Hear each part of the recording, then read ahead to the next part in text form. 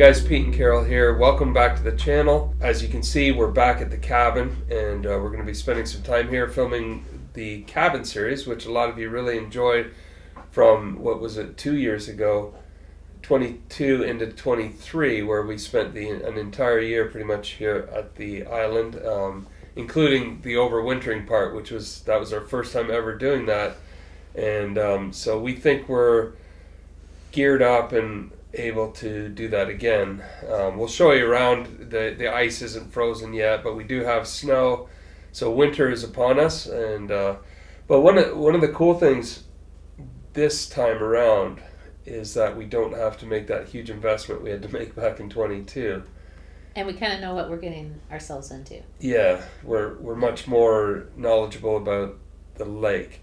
Whereas this time in 22, I was nervous that we'd wake up and the lake would be frozen and we wouldn't be able to get out. And we now have a better understanding. Nobody knows when it'll happen, but what indicators there are ahead of that, right? So we're not quite as nervous about all that. But there is still kind of like that feeling in your gut, because it's like, did I prepare enough? Yeah. Do we have enough? And what if the ice takes longer and we're blocked off from the mainland? Yeah. And there's no way off.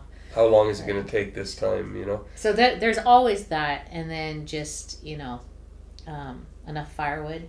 For some reason, I don't think we have enough, but maybe. No. We have a few, like, hardwood trees that need to be felled, so that's okay. Yeah, there's wood we can collect off the island still, but we have about 6 cords, but we've been going through it pretty fast already in November, so we'll see how that goes. We definitely have enough for the freeze up, and then, we could always bring some across the ice.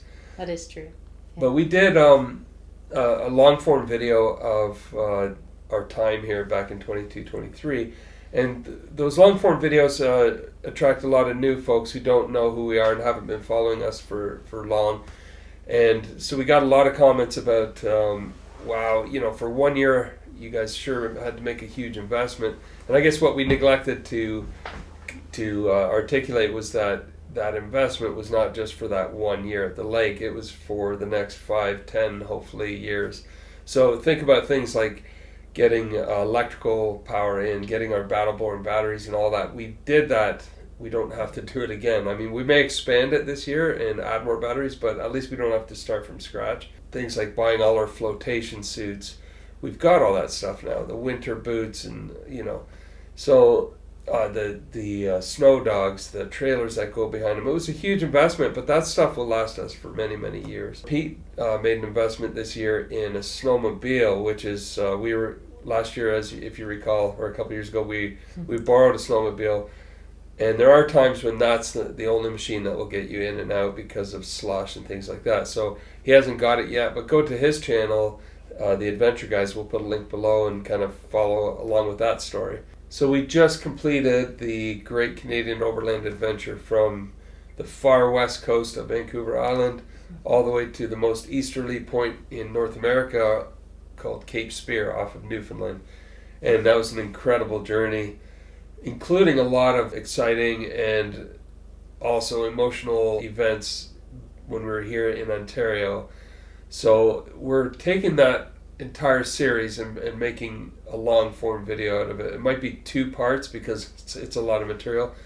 But for those of you who watch our videos every week, you may not be interested in the long form videos, but it's something that YouTube really likes, and we get a lot of new followers when we post those long videos. There's a huge element out there that likes to just sit down and watch a movie for a couple hours, and the Great Canadian Overland Adventure is probably going to be 8 hours long, so it's not a one-sitting view, but it's something you could watch over a week or a period of a couple of weeks, over the holidays or something. So we're going to be releasing that soon.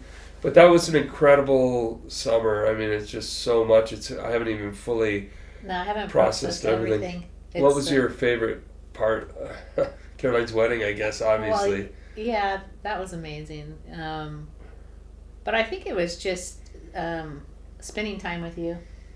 And we, as a lot of you guys know, we have the Ross Monster truck, and that just made it where we could go out for 3 months at a time and be completely comfortable.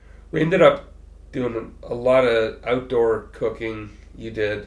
on the west side of the trip because it was warmer. It was in the summer, and as we got more into fall and we were hitting snow and things like that, having that induction stove in the truck is just unbelievable convenience.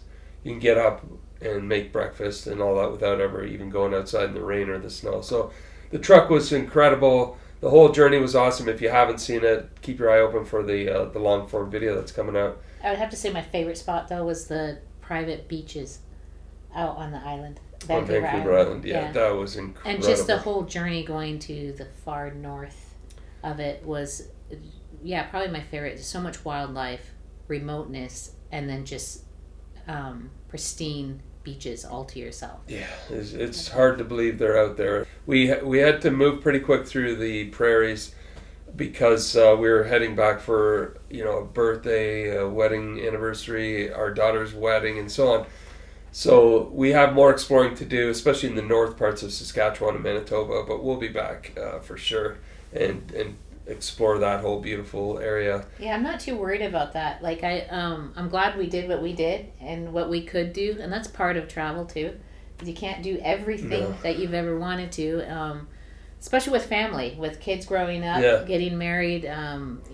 Pete's parents and my parents getting older. You need to balance out the two of them and spread out your time and what's really important to you. So now we're excited about bringing you a new cabin series, and we're not sure if we'll stay the entire winter or, we may take off on a trip somewhere in the middle of the winter. We don't know. We're going to leave that up in the air, but right now we're shooting the cabin series for at least a couple of months as the ice freezes and as we get back on the lake and all that exciting stuff.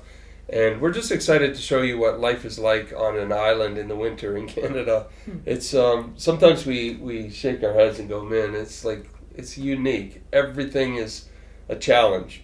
We had to make dental appointments, and we had to explain to our dentist we live on an island and there's times we can't really easily get off the island, so, and we have to drive a long way, so we can't make 2 appointments in a row. We have to get everything done when we're in town, and that's one thing. Just everything from how we shower, how we do dishes, and all that. We're going to show you a lot of that in this video. So I hope you enjoy it and come along for a great adventure.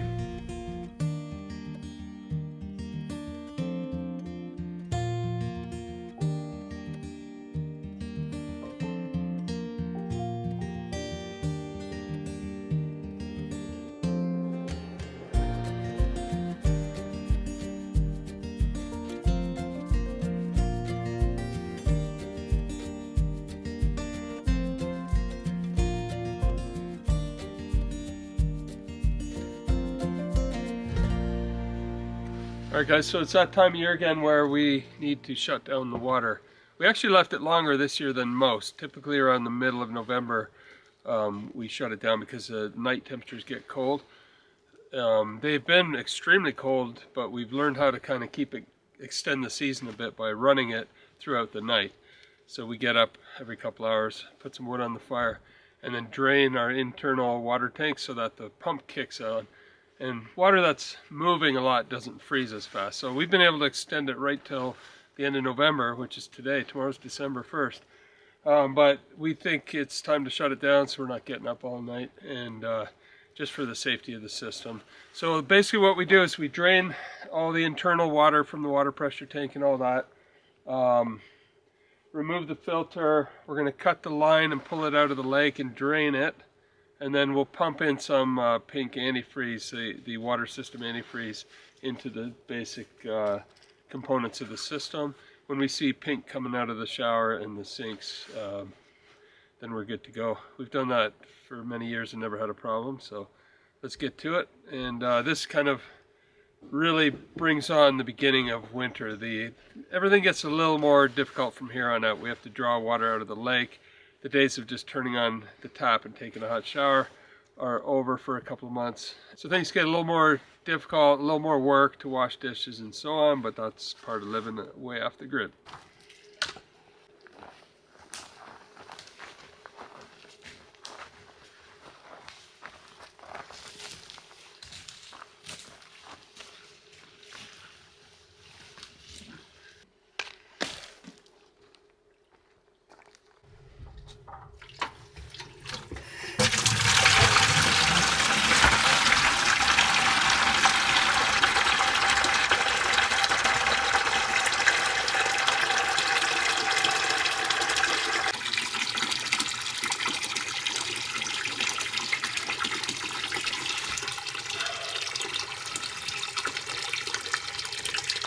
always a little sad when you turn off the water, because then you gotta bucket in buckets of water to take showers, dishes, clean the floors and everything like that. But it has to be done. Next year, I think we're gonna take out the screened-in room and make that part of the office, and then put in a all the water stuff in there, so that we can have hot water or water flowing all year round.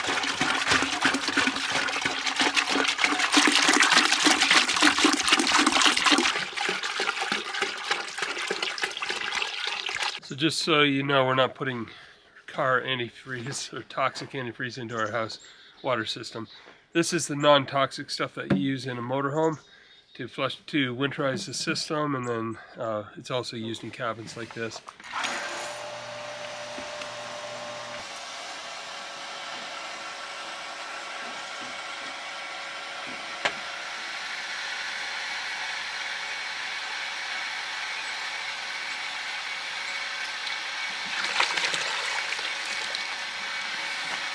I'm just going to go inside, turn on all the taps again, and then when I see the pink stuff running out of the kitchen sink and the shower, and flush the toilet and it's pink, then we're good to go. That's all pink now. Today, Peter and I, Junior, are going to hang up some Christmas lights, and we chose colored lights this year, so I think it's going to be super cozy.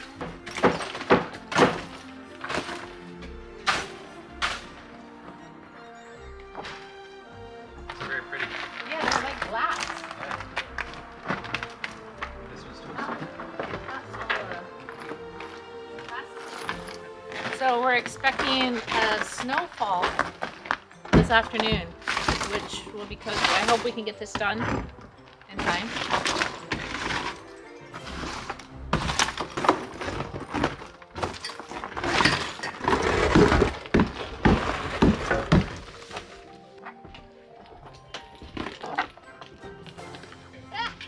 Just too short.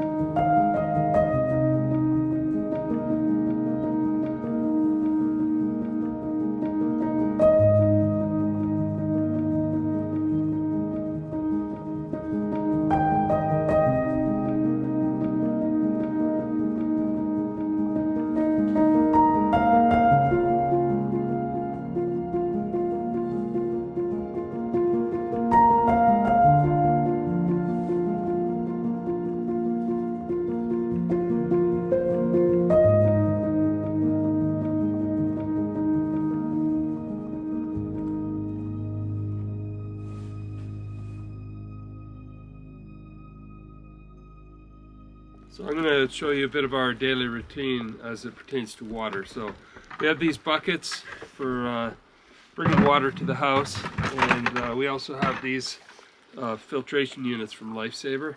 And there's a big filter in here, and there's a pump on this side, and if you can get it open. Wow. You open this side, dip it in the lake until it's full, and bring it up to the house. So this is for drinking water, and then we have 6 buckets that we use for doing dishes, for showers, for flushing the toilet, and that's usually takes the most water because a flush is you get about 3 to a bucket. So yeah, let's get going, get some water up here. Ice freezes in a month or so. We walk out there and we drill a hole, and we actually try to maintain the hole throughout the winter, and it's a lot easier dipping in that way. Right now I have to actually get down on my knees and dip into the water. For some reason the lake is lower this year than we've ever seen, really. Last year it was just about to the edge of the dock here, so it was up at least a foot. So very low water this year, but at least we can still collect water by dipping this way.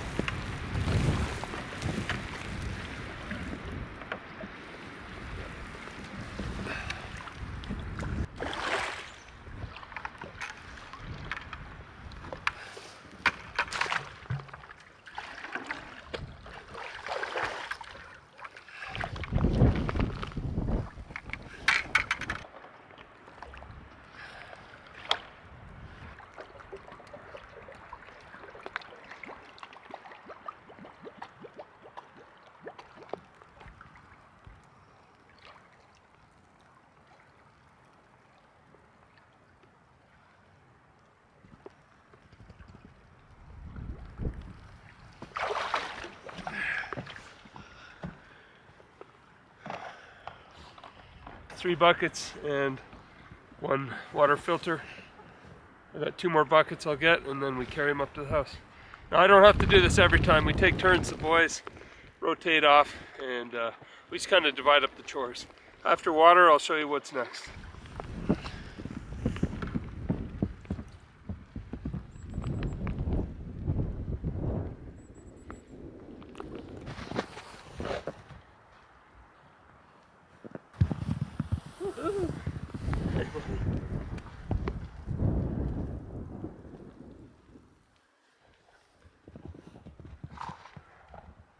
Got it.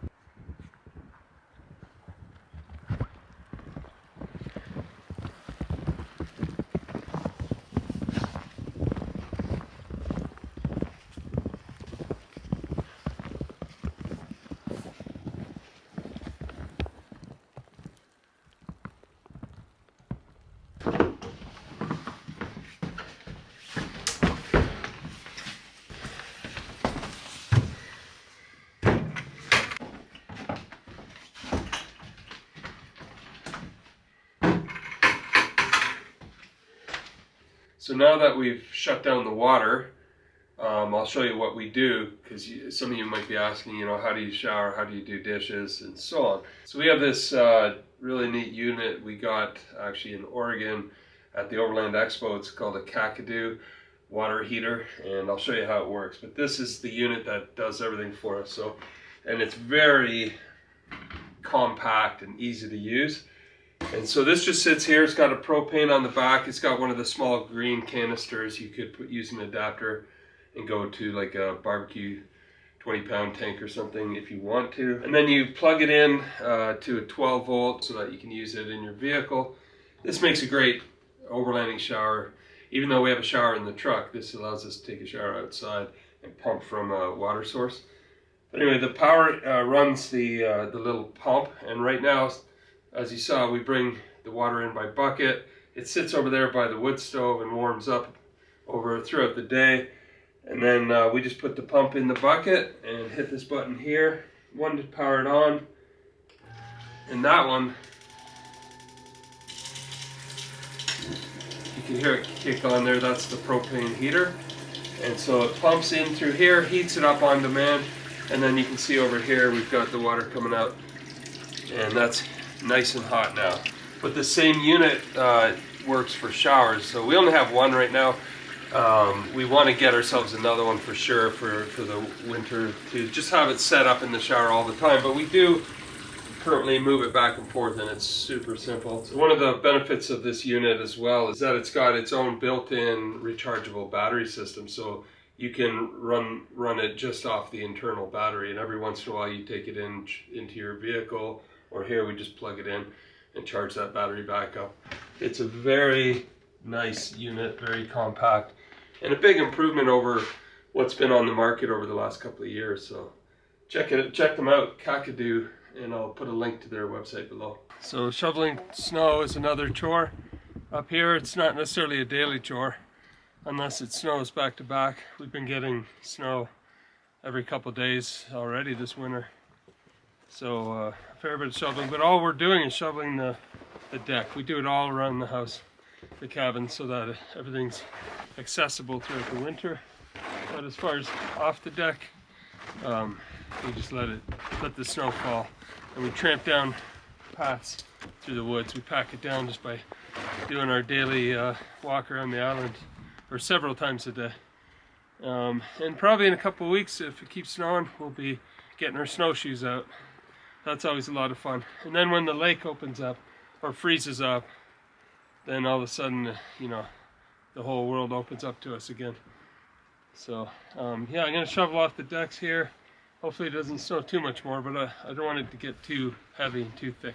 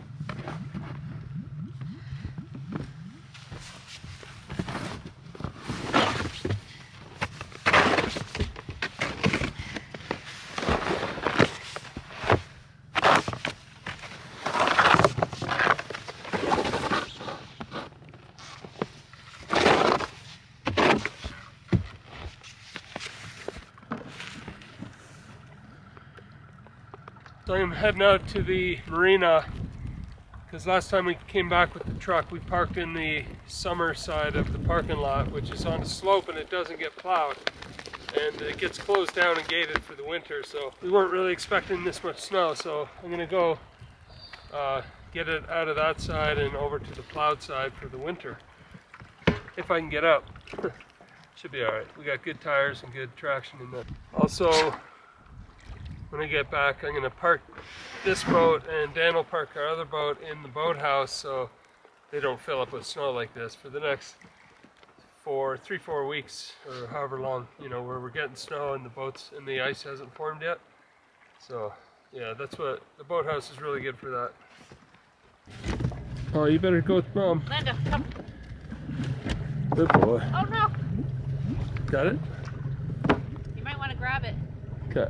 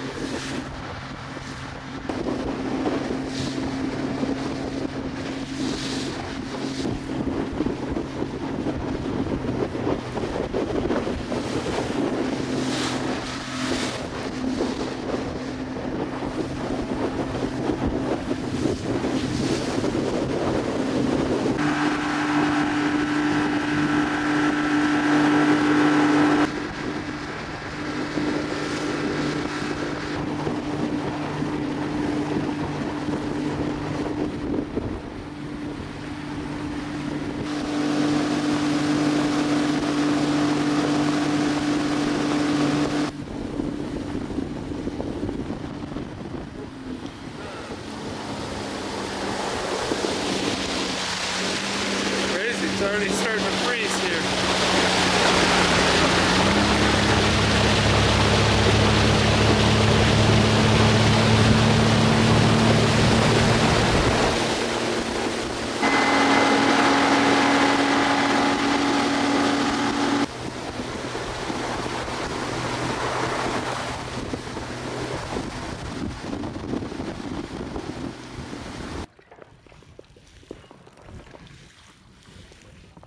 So there's the truck, and I've got to move it up over there where the Jeeps are.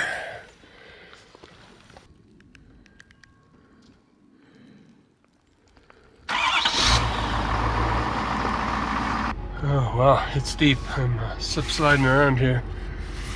We'll see if we can get out. I don't want to have to pull a winch or anything, but give it a few more tries. There we go. Beautiful. Put her in 4 low and she's crawling out nicely.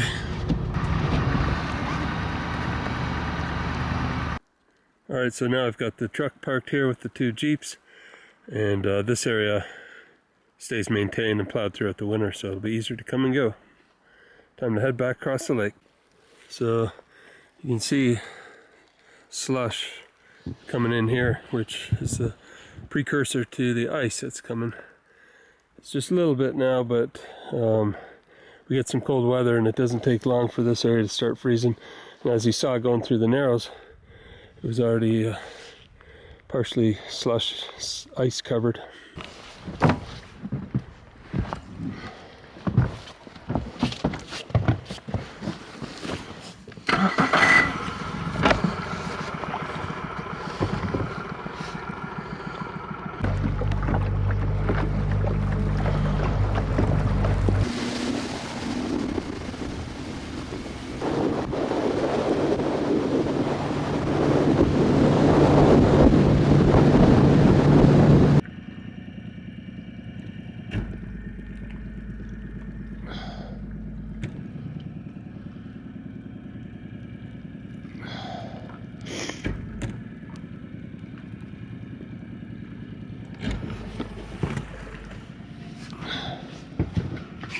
She's smelly.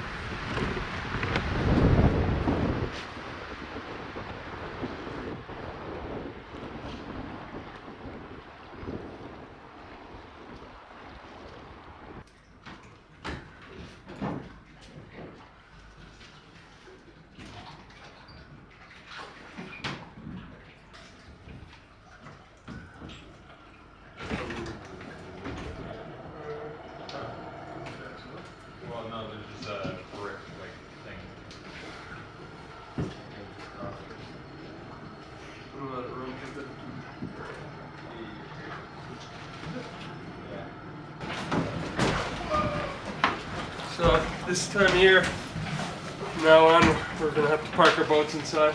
Doesn't take them long to get filled up with snow. It'll be probably another month or 3 weeks, maybe 2.5 to 3 weeks of open water, and then by then it starts freezing up fast. And then at that point, we get the boats. We leave them in here.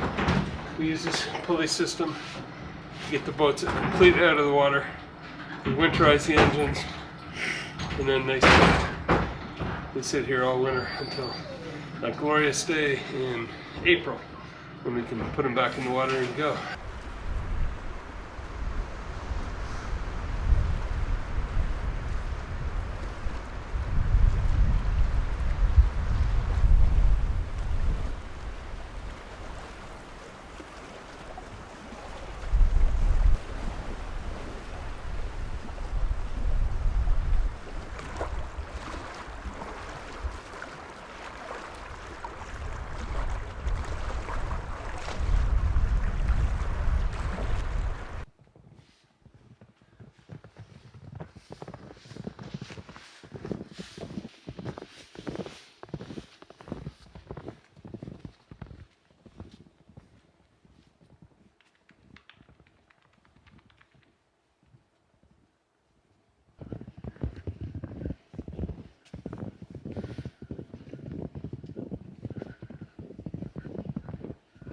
There you are, Lando.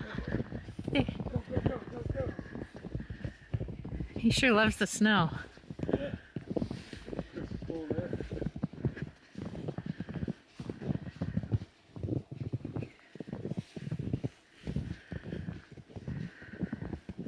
What another beautiful late fall day, and we're just doing our last walk with Lando before we go in. I think right now it's, what time is it, hun? It's 4:50, so we're enjoying having so much light because we know within, 2 or 3 more weeks it'll be winter solstice, winter solstice, right? And it'll be dark around 4, so this is nice.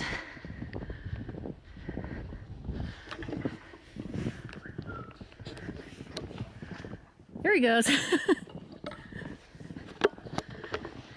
You only see like quick flashes of orange with Lando.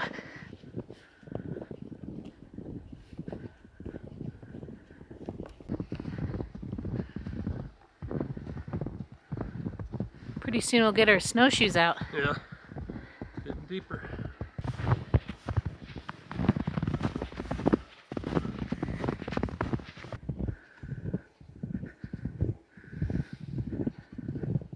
There you are.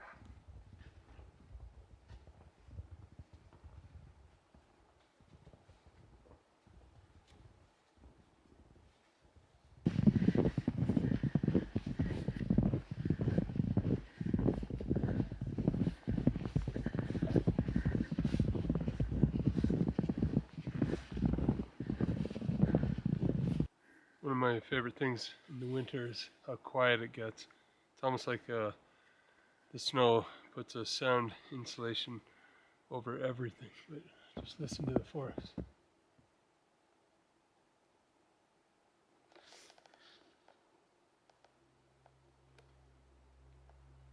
It's beautiful.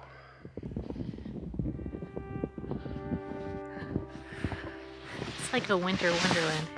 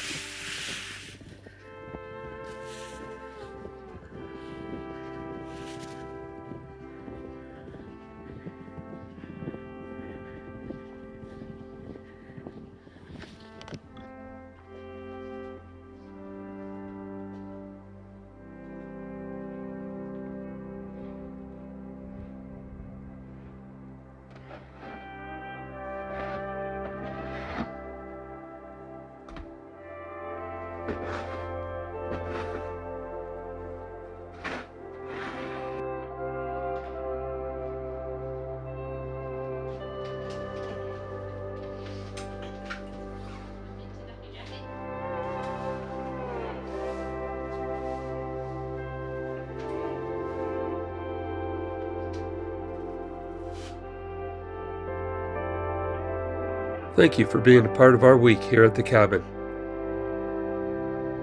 Stay tuned for more adventures ahead as winter takes hold, the lake begins to freeze over, and we prepare the cabin for the Christmas season. A special shout out to our Patreon family. We truly appreciate your support in making these videos possible. We hope you all have a wonderful day, and we'll see you next week.